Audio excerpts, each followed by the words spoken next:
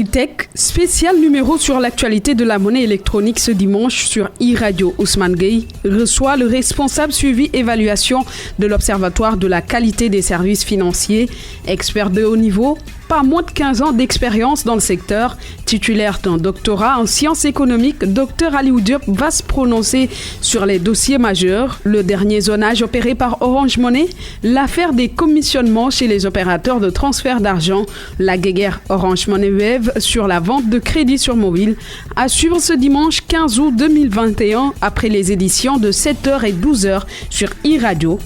E-Tech, l'émission d'un monde qui change, présentée par Ousmane Gueye. Bonjour à tous, merci d'être fidèles au rendez-vous. Bonjour Aliou Diop. Bonjour M. Gueye, enchanté. Docteur en sciences économiques, diplômé de l'Université de Limoges, située dans le sud-ouest de la France, avec un accent particulier sur le risque bancaire. Précédemment, vous y obtenez un DEA en économie bancaire et une maîtrise en gestion informatisée des entreprises. Expert financier, vous avez consacré toute votre attention, tous vos travaux ces dernières années aux services financiers numériques, un passage remarqué notamment par la Chambre de commerce de Dakar, dont vous avez occupé un temps le poste de directeur de l'Observatoire économique, formateur dans plusieurs instituts et écoles de formation, écoles de commerce au Sénégal. Vous êtes également, et c'est à ce titre d'ailleurs que nous vous recevons, ce très symbolique 15 août 2021, responsable de la cellule suivi, évaluation de l'Observatoire de la qualité des services financiers. Très naturellement, ça se comprend quand j'ajoute à la présente présentation votre passion pour l'encadrement des petites et moyennes entreprises et l'éducation financière. Travaillant pour un observatoire censé être au-dessus de la mêlée, vous venez de conclure une médiation suite à la décision unilatérale des opérateurs de transfert d'argent de fixer leur propre commissionnement. Petit rappel pour l'auditeur, Dr Aliou Diop, Orange Money avait procédé à une baisse record de ses commissions. Depuis, vous aviez mené une médiation, vous êtes sur une médiation. Cela a donné quoi exactement aujourd'hui? Je vous remercie, M. Gueye, pour cette invitation. Au nom de l'Observatoire de la qualité des services financiers, au nom également du secrétaire exécutif de l'Observatoire, M. Habib Ndao. Je voudrais tout d'abord, si vous me permettez, de lancer quelques mots de présentation sur l'Observatoire pour nos auditeurs, puisque nous sommes un organisme public rattaché au ministère des Finances et du Budget. Et nous sommes en activité depuis 2009. Alors, nous avons comme mandat principal la promotion de l'inclusion financière avec 3 axes majeurs, l'éducation financière des populations, le suivi de la conduite du marché qui nous permet effectivement d'avoir un œil ou des observations sur les comportements du marché, le marché qui est constitué justement des banques, des institutions de microfinance, des compagnies d'assurance, des services financiers de la Poste, mais également sur le sujet sur lequel on va débattre des établissements de monnaie électronique. Et nous faisons enfin ce qu'on appelle la médiation financière. Justement, dans la médiation financière de l'Observatoire, nous avons eu connaissance de l'affaire des frais de transfert, des transferts.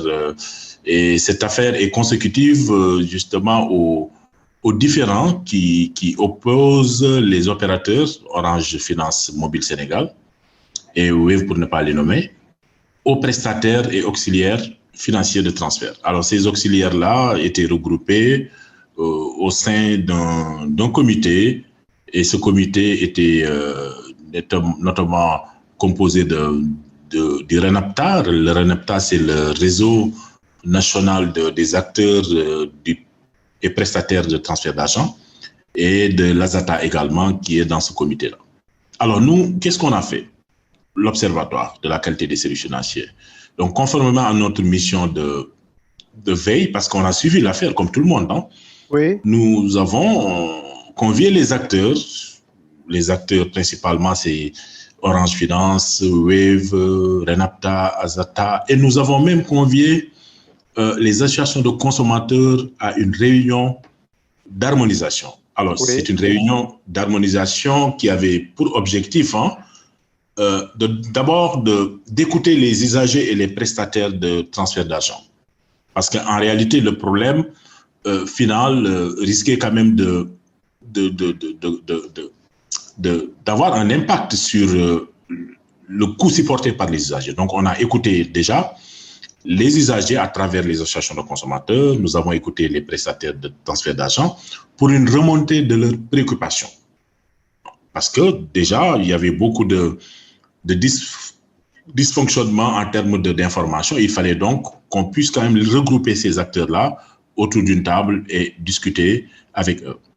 Alors, nous avons également, et c'est surtout là où on a peut-être eu l'occasion d'étudier les voies et les moyens qui nous ont permis au moins d'avoir des pistes de solutions. Oui. Parce que notre objectif, encore une fois, en tant qu'observatoire, c'était d'aboutir à des solutions consensuelles qui permettraient de renforcer l'attractivité du secteur de la monnaie électronique. C'est désormais le cas? C'est désormais le cas? Bon, actuellement, je vais y revenir parce qu'on a des propositions concrètes qui ont été retenues au terme de ce long processus de concertation et de réunions bilatérales, parce qu'au-delà, il y a eu des réunions bilatérales entre les opérateurs et les prestataires, entre les prestataires et l'observatoire. Et nous avons abouti à des voies de solutionnement, parmi lesquelles, je peux rapidement en parler, parce qu'on a proposé un certain nombre de solutions qui permettraient un peu aux parties de pouvoir quand même continuer à discuter tout en évitant la hache de guerre. Alors, donc, comme solution, nous avons proposé quoi? Nous avons proposé à ce que tous les opérateurs puissent quand même entendre les récriminations quand même de ces prestataires. Parce que les récriminations de ces prestataires, c'est quoi? Eux, ils pensent que le fait d'abaisser encore les tarifs va constituer ce qu'on appelle une baisse de leurs activités et de leurs commissions et de chiffre d'affaires. Donc ça, c'était la première remontée d'information. La deuxième récrimination qui ressortait un peu des complaintes des prestataires, c'est la disparition ou le risque de disparition de plusieurs services qui étaient source de revenus tels que le paiement de factures. Il y a également comme contrainte la menace de perte d'emploi et le risque même de fermeture de points de service. Alors, sur la base de ça, donc, qu'est-ce que nous avons proposé? Nous avons proposé déjà aux opérateurs de transfert d'inciter les prestataires à travers des actions commerciales sous forme de bonus ou de fidélisation. Je pense que ça permet un peu de combler le manque à gagner, de compenser le manque à gagner. Alors, la deuxième voie de solutionnement qui était sur la table, c'est de débloquer les comptes agents de certains prestataires. Parce que durant le blocage, donc il y a eu quand même des opérateurs qui avaient bloqué les comptes agents de certains prestataires et ce qui ne permettait pas de pouvoir quand même continuer les activités. Alors, nous avons également insisté sur le fait de veiller à la transmission systématique des contrats signés par les prestataires. Parce que ça aussi, c'était une réelle récrimination qui était là. Certains prestataires disaient qu'ils n'avaient pas les contrats systématiquement, n'est-ce pas, à leur disposition, alors que ces contrats étaient déjà signés.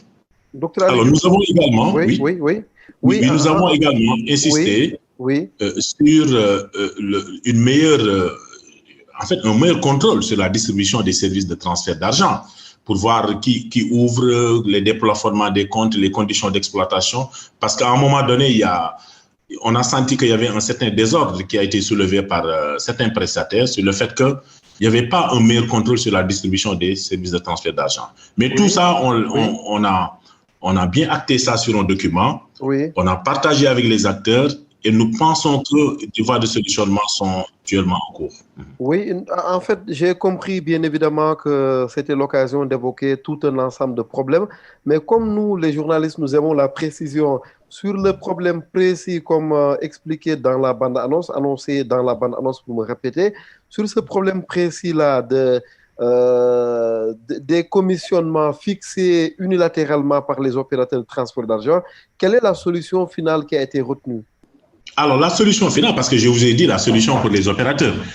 Maintenant, la solution finale pour les prestataires, on les a demandé de suspendre sans délai. Ça, c'est écrit sur noir sur blanc. Suspendre sans délai arbitraire de leur barème de taxation des services offerts aux clients dans tous les points de service. C'est le cas? Actuellement, nous n'avons pas les moyens de pouvoir vérifier ça, et parce qu'on devait se revoir. On devait se revoir pour au moins faire une réunion d'évaluation. Mais malheureusement, ce qui a un peu plombé quand même cette deuxième réunion, c'est la troisième vague. C'est la troisième vague. Mais c'était écrit noir sur blanc que les prestataires d'argent devaient quand même suspendre sans délai l'application arbitraire. Et on a bien mis arbitraire parce que ça ne se basait pas sur quand même une évaluation objective quand même du marché. Oui, vous êtes expert financier. J'ai rappelé en vous présentant, Dr Aliou Diop, que vous avez passé, que vous êtes dans le secteur depuis une quinzaine d'années aujourd'hui. Est-ce que vous pouvez nous dire, d'un point de vue pédagogique, évidemment, qu'est-ce qui est prévu côté réglementation ou côté régulation quand, par exemple, un acteur décide unilatéralement les commissionnements qui ont été ceux des opérateurs de transfert d'argent? Qu'est-ce qui est prévu côté législation de ce point de vue? Alors, il faut savoir que dans la législation, les conditions de tarification sont libres, hein, alors que ça soit au niveau du secteur bancaire ou au niveau du secteur de la monnaie électronique. Il faut savoir que les conditions sont libres. Hein, les conditions sont libres. Ça veut dire quoi? Ça veut dire que ici, un opérateur a la possibilité de pouvoir abaisser en fonction quand même des conditions du marché. Il peut abaisser comme il peut revoir à la hausse, n'est-ce pas, ces conditions de tarif. Par contre, nous, on insiste beaucoup sur le fait que le fait quand même de pouvoir avoir la main libre sur les conditions de tarification doivent être assujettis, n'est-ce pas, à un certain nombre de principes. Et le premier principe sur lequel nous insistons beaucoup, c'est la question de la transparence. C'est-à-dire, vous n'avez pas le droit de fixer quand même un prix à la hausse ou à la baisse. À la baisse, c'est dans le meilleur des cas, sans pour autant que les clients ou les consommateurs finaux puissent être informés au préalable. Donc ça, c'est le premier élément sur lequel nous insistons beaucoup.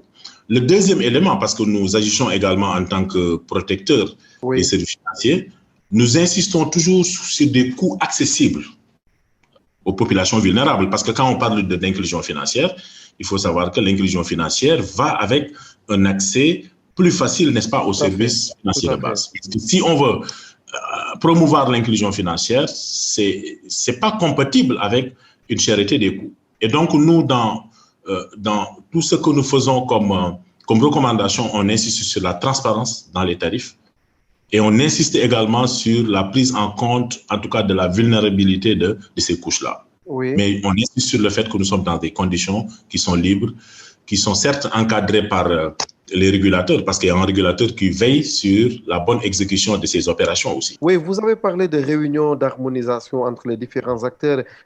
Si je n'ai rien oublié des précisions de cette note préliminaire ce jour-là, vous aviez bien indiqué que cette rencontre a été convoquée après une demande d'intervention en quelque sorte de votre observatoire par les opérateurs de transfert d'argent. Or, ce sont eux qui ont décidé unilatéralement ces commissionnements. Est-ce que ce n'est pas un peu contradictoire? Contradictoire du point de vue de qui? Des opérateurs? Du point de vue des opérateurs de transfert d'argent, le fait de décider unilatéralement de fixer des commissionnements à leur niveau et puis d'appeler à une médiation. Non, en fait, la médiation est venue du point de vue quand même des prestataires d'argent. C'est eux qui ont élaboré un mémorandum, qui ont transmis ce mémorandum à l'Observatoire. Mais justement, je parle d'eux, je parle de ces acteurs-là. Les prestataires d'argent, c'est-à-dire ceux qui travaillent avec les opérateurs. Oui, ceux qui ont les points Orange, Monnaie, entre autres, ils ont fixé eux-mêmes leur propre commissionnement sans se concerter avec personne. Et après, ils demandent une médiation. Est-ce que ce n'était pas contradictoire? Alors, nous, quand on a reçu le même... En fait, parce que bon, quand il y a une impasse, hein, parce que n'oublions pas que la médiation peut connaître des dossiers s'il y a impasse. Et c'est justement le cas quand les deux parties ne peuvent plus s'entendre. Et c'était le cas entre les prestataires de transfert d'argent et les opérateurs suisses mentionnés. Quand même, il y avait une impasse. Et quand il y a impasse dans la discussion, il peut y avoir un arbitre. Et nous sommes l'arbitre quand même qui a équidistance des parties pour harmoniser un peu les positions.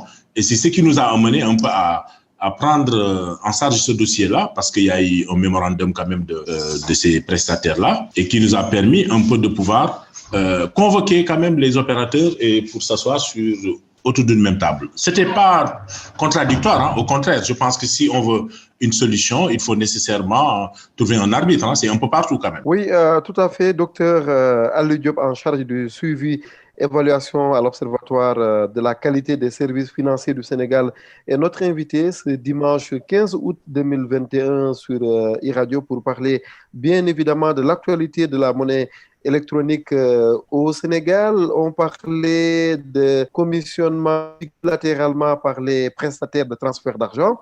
Le cas aussi, selon les parties prenantes, le cas de Orange Money cette fois qui...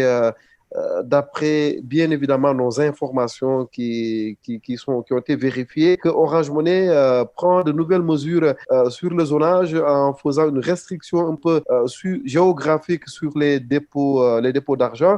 Vous allez me dire, pour le moment, vous n'avez peut-être pas suffisamment d'informations, mais c'est important quand même qu'on entende un peu l'observatoire pour lequel vous travaillez, docteur Aliou Diop, d'autant plus que l'intérêt, par exemple, des populations est en jeu. Oui, c'est une mesure sur laquelle peut-être nous n'avons pas trop d'informations objectives, hein, pour pouvoir en donner quand même une appréciation également définitive, hein. Mais il faut savoir que en matière d'inclusion financière, toutes les mesures de restriction qui sont liées à l'accessibilité, à tout ce qui est distance géographique en point de service, peuvent constituer quand même des obstacles, hein. Et ça, je pense que ça peut être quand même une mesure qui pourrait constituer une certaine entrave, n'est-ce pas, à une meilleure inclusion financière. Maintenant, sous réserve bien sûr des raisons qui ont poussé quand même cet opérateur à faire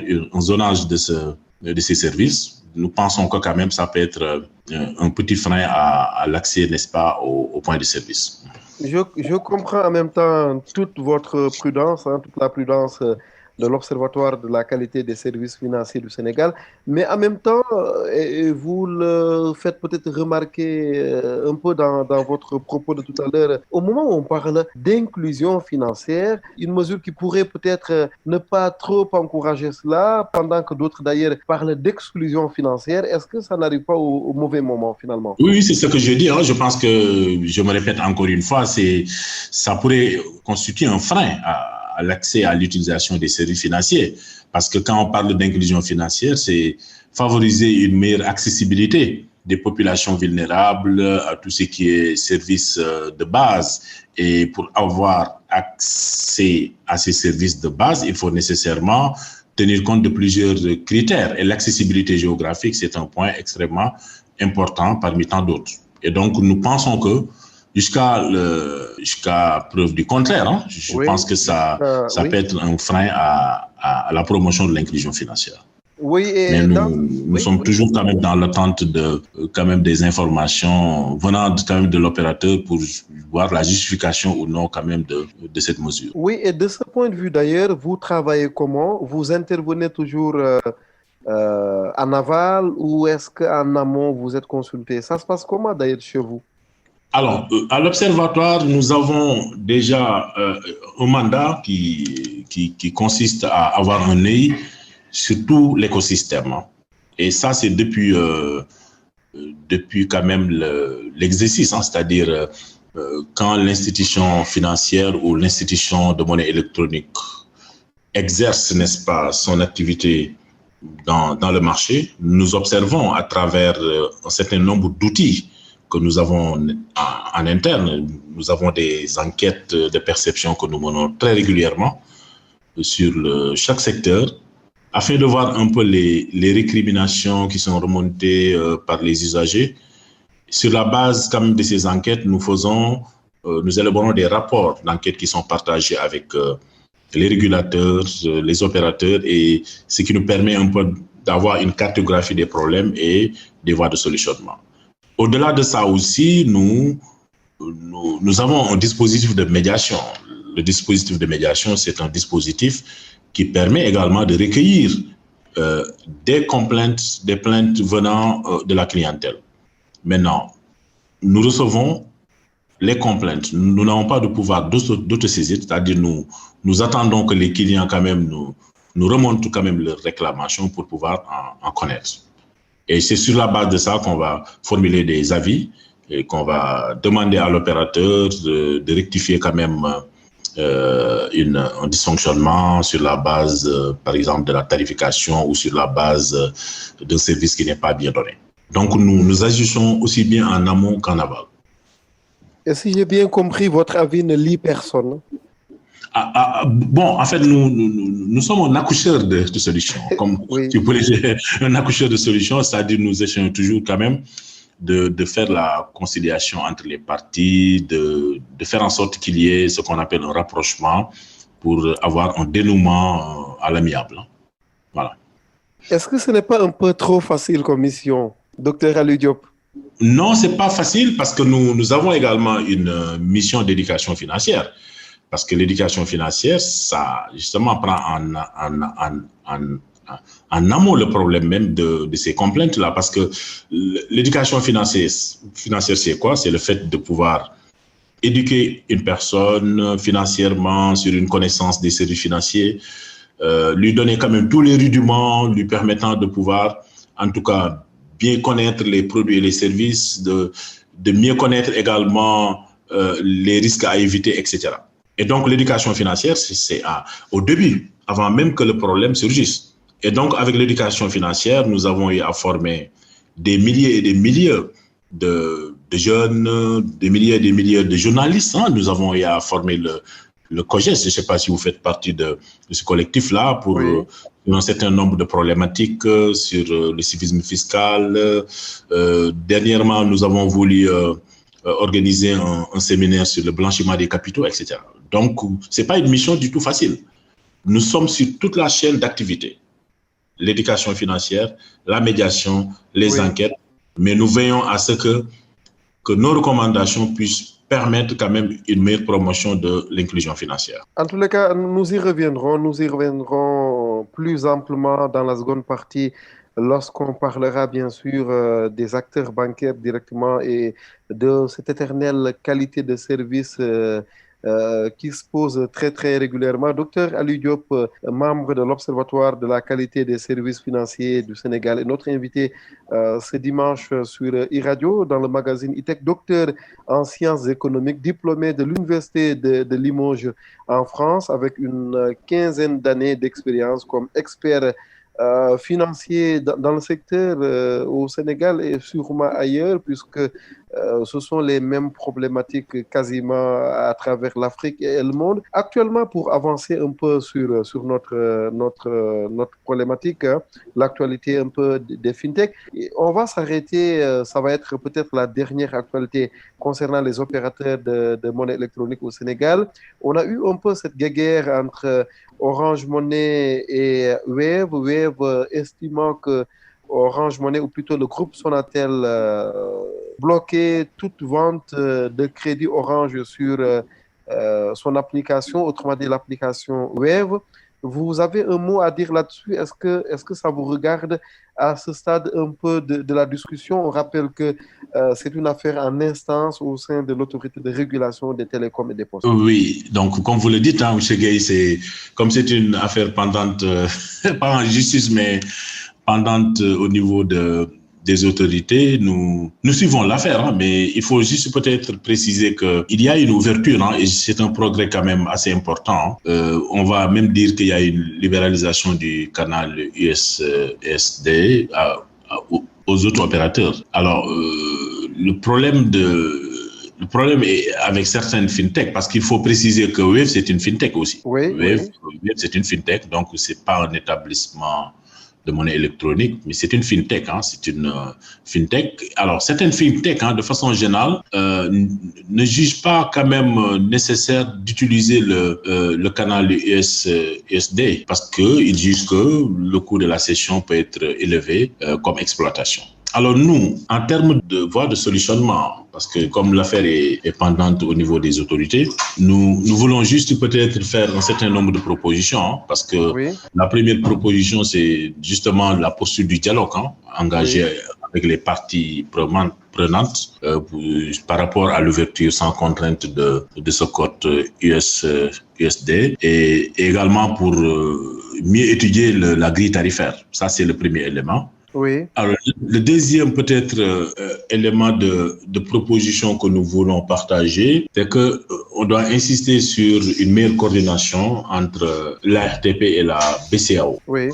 Aussi bien dans le domaine stratégique que dans le domaine opérationnel, pour intégrer le canal USSD comme un canal à part entière des différents services numériques financiers. Docteur Diop, oui. Nous allons marquer une pause, le temps de laisser passer les dernières informations de ce 15 août 2021 et on se retrouve dans 25 minutes à peu près, mais je signale pour que l'auditeur ne se perde pas que je n'ai pas l'impression que nous ayons les mêmes éléments sur cette guéguerre Orange ou plutôt Sonatel Wave sur la revente de crédit sur l'application de la FinTech Wave, mais on y revient tout à l'heure, juste après les dernières informations de ce dimanche. À tout de suite.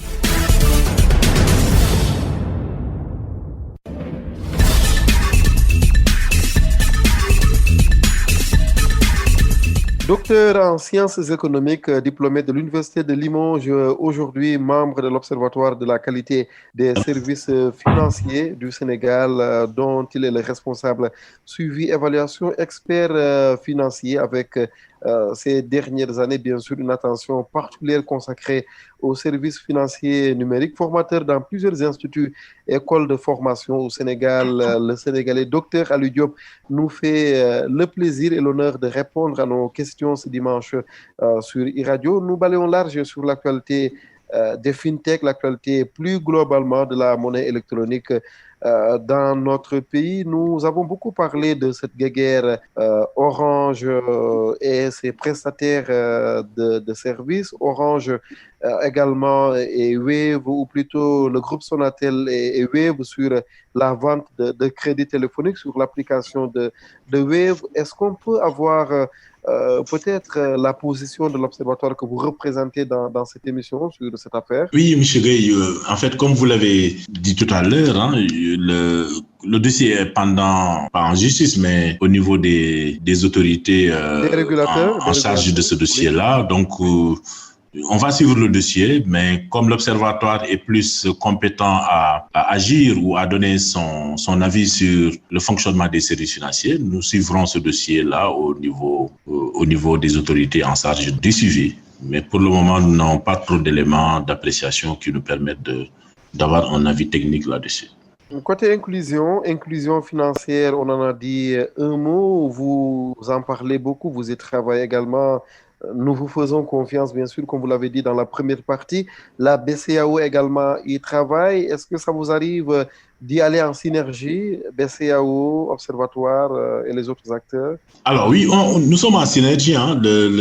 La question déjà de l'inclusion, il faut savoir que c'est un domaine sur lequel l'Observatoire travaille, et ça fait partie quand même de sa mission essentielle, la mission d'inclusion financière. Mais quand on parle d'inclusion financière, il faut savoir qu'il y a un certain nombre d'axes qui permettent de pouvoir mettre en œuvre cette inclusion financière-là. Et le premier axe, j'en ai parlé tout à l'heure, c'est l'éducation financière. Et sur ça, nous menons beaucoup d'actions de sensibilisation et de formation au profit du secteur informel, des journalistes, des étudiants, des écoles de commerce, des associations de consommateurs, pour un peu les capaciter sur comment utiliser les services financiers. Donc ça, c'est quand même une mission pérenne qui permet de pouvoir, en tout cas, donner plus quand même d'éléments de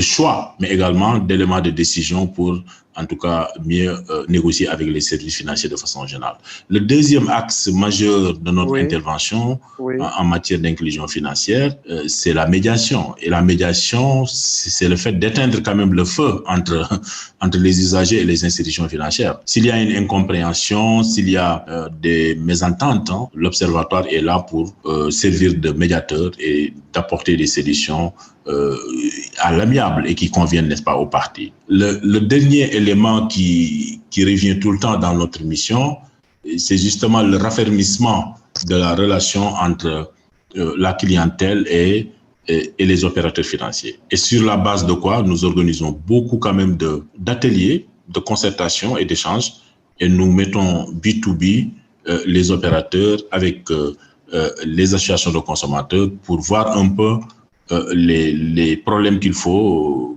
solutionner et sans pour autant quand même compromettre la qualité de la relation. Et donc l'inclusion financière nous a même poussé à aller maintenant dans ce qu'on appelle l'organisation d'émissions interactives. C'est-à-dire nous avons des partenariats avec des radios et qui nous permettent un peu de pouvoir aller discuter et d'avoir des séances d'interaction. C'est ce que nous sommes en train de faire en éducation financière avec les populations pour un peu donner notre point de vue sur la situation du secteur financier et partager également nos connaissances en matière d'éducation financière. Selon l'Organisation de coopération et de développement économique, l'OCDE, l'éducation financière est le processus par lequel des consommateurs ou investisseurs améliorent leur connaissance des produits, concepts et risques financiers, acquièrent au moins d'une information, d'un enseignement ou d'un conseil objectif les compétences et la confiance nécessaires pour, entre autres, devenir plus sensibles aux risques et opportunités en matière financière. Et sur cette inclusion financière, le directeur national de la BCEAO, le Sénégalais Ahmadou Al-Aminoulo, précisait dernièrement, c'était fin juin 2021 à Dakar, en informant que le taux de personnes faisant recours aux services financiers a bondi de 10 points de pourcentage, passant de plus de 69% en 2018 à un peu plus de 79% en 2020.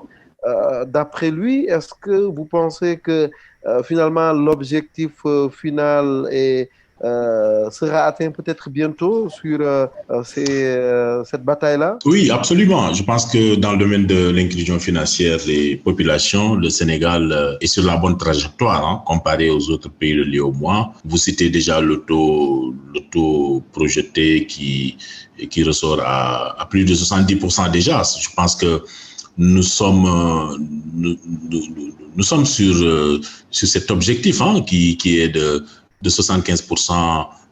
Et je pense qu'avec la contribution déjà des canaux numériques par la monnaie électronique, ça va permettre un peu de surmonter les obstacles liés aux contraintes de l'infrastructure pour accéder aux produits financiers classiques que nous connaissons, tels que les banques et les institutions de microfinance. Et donc ici, nous, comme levier, on compte beaucoup sur la monnaie électronique afin de pouvoir renforcer le taux d'inclusion financière. Ce taux donc va naturellement être atteint, le taux cible de 75%, ce qui nous permettra de pouvoir naturellement passer maintenant au nouveau cap, parce que nous allons au Sénégal aller dans ce qu'on appelle une stratégie d'inclusion financière. La stratégie nationale d'inclusion financière, c'est la feuille de route qui va guider le Sénégal dans les 5 prochaines années. En matière d'utilisation, mais également d'accès aux services financiers. Maintenant, il y a deux leviers qui vont être utilisés, les institutions de microfinance, mais également la monnaie électronique. Et la monnaie électronique, comme vous avez à le constater dans les statistiques, c'est quand même une expansion de ce moyen financier, puisque je vous donne juste quelques statistiques. Déjà à fin décembre 2020, l'encours de la monnaie électronique s'est établi à 64,9 milliards de francs CFA. L'encours, ça veut dire? L'encours, ce qui est en train d'être utilisé, n'est-ce pas, en cours, c'est-à-dire ce qui est stocké en cours. Ce qui est en cours. Voilà. Maintenant, le nombre de comptes électronique, et je pense que c'est ce qui est le plus important. Le nombre de comptes de monnaie électronique ouverts en 2020, c'est plus de 8,4 millions. Plus que les banques, ça fait même 4 fois plus que les banques. Vous voyez donc un peu l'impact de la monnaie électronique sur l'inclusion financière. Et donc, s'il faut accroître l'inclusion financière, il faut nécessairement prendre comme levier justement la monnaie électronique. Est-ce qu'on ne pourrait pas sentir beaucoup plus concrètement cet important taux d'inclusion financière au Sénégal, par exemple en payant par nos wallets quand on emprunte le taxi? Oui, en fait, il y a des initiatives. Les initiatives peuvent être multipliées. Maintenant, il faut savoir que il y a encore des efforts à faire, parce que je vous ai dit ce qui est possible de ce qui est là. Maintenant, il faudrait savoir que nous devons aller au-delà quand même du stockage et du paiement. Parce que d'autres pays ont surpassé le Sénégal. Vous entendez le cas de M-Pesa. M-Pesa, il y a toujours quand même possibilité de pouvoir... Du Kenya, oui, M-Pesa avec le Kenya. Donc, il faut nécessairement aller dans le sens quand même de pouvoir diversifier, n'est-ce pas, la gamme de services. Et ça, nous insistons beaucoup sur ça. Essayons de diversifier la gamme de services. Maintenant, au-delà de ça aussi, il faudra que les opérateurs puissent également apporter un certain nombre de voies de solutionnement. Parce que les efforts, on constate qu'au Sénégal, les coûts quand même les coûts de transfert, je sais que c'est une question qui va venir, les coûts de transfert sont relativement chers. Bon, nous, on a relevé cette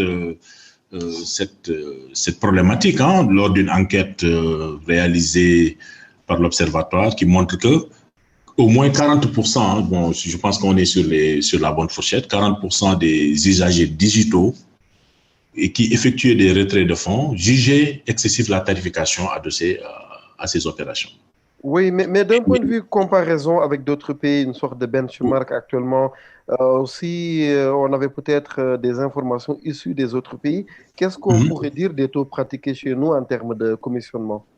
Alors, comparé aux autres pays, notamment ceux de l'Union, parce que je pense que comme on est dans une union monétaire aussi, alors sans prendre la défense quand même d'un opérateur ou des opérateurs, le Sénégal fait partie des meilleurs élèves au sein des pays de l'UEMOA. À l'observation quand même de ces éléments de tarification des services de finance digitale. Maintenant, c'est ce qui justifie justement l'expansion et de l'utilisation de la finance mobile, avec toute la volumétrie quand même qu'on constate au niveau de la monnaie électronique.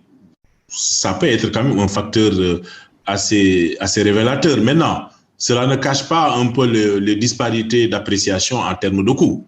Alors, on insiste beaucoup sur les coûts, mais nous, on pense qu'il y a 2 leviers ou 3 même qui vont permettre de pouvoir accompagner la baisse tendancielle des coûts de finances digitales.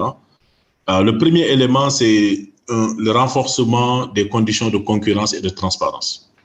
C'est-à-dire, si on fait en sorte que la concurrence puisse être beaucoup plus large au niveau du marché, parce qu'au Sénégal, je ne sais pas si vous étiez au courant, il n'y a que ce déploiement de services financiers via la téléphonie mobile. Il y a 7 déploiements. Il y a 5 partenariats entre des banques, des opérateurs de télécommunications et des prestataires techniques. Voilà. Et il y a 2 établissements de monnaie électronique. 2 établissements seulement de monnaie électronique. Tous les autres, c'est des fintech. Donc, alors, si on élargit quand même ce marché-là, ça peut constituer un facteur de baisse tendancielle de ces coûts-là.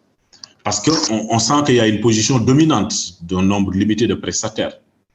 Et alors, si cette position dominante persiste, ça peut constituer un risque de surcoût, n'est-ce pas, pour l'écosystème. Oui.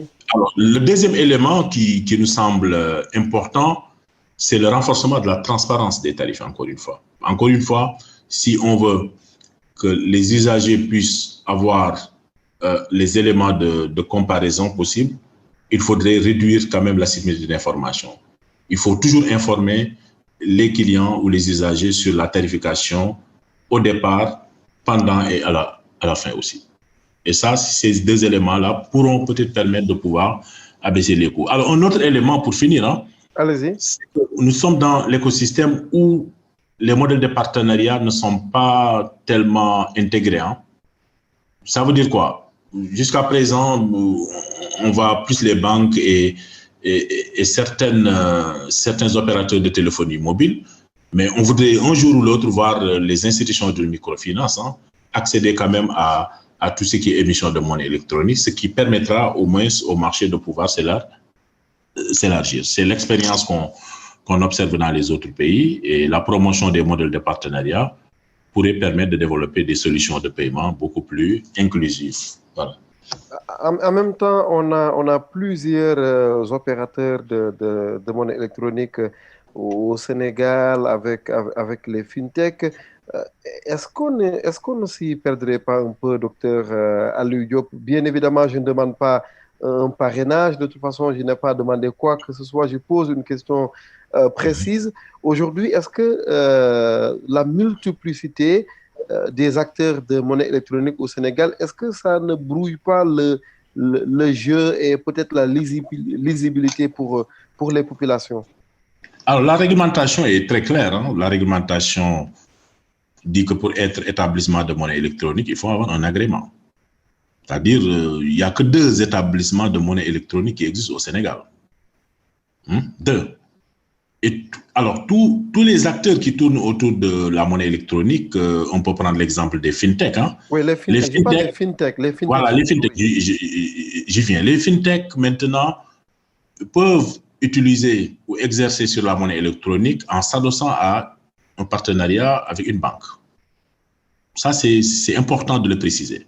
Donc, il faut nécessairement avoir un partenariat avec une banque qui est émettrice de monnaie électronique pour pouvoir quand même développer la monnaie électronique. C'est le cas de Wave. Wave a développé un partenariat avec une banque ou même 2 banques pour pouvoir émettre la monnaie électronique. Maintenant, la réglementation doit pouvoir quand même accompagner, et je pense que c'est le vœu de tout le monde, les fintech à intégrer n'est-ce pas, le cercle des établissements de monnaie électronique. Mais en l'état actuel des choses, pour pouvoir être établissement de monnaie électronique, il faut nécessairement demander un agrément au niveau de la Banque centrale. Oui. Ça veut dire que le contraire exposerait quand même l'opérateur à des risques de sanctions.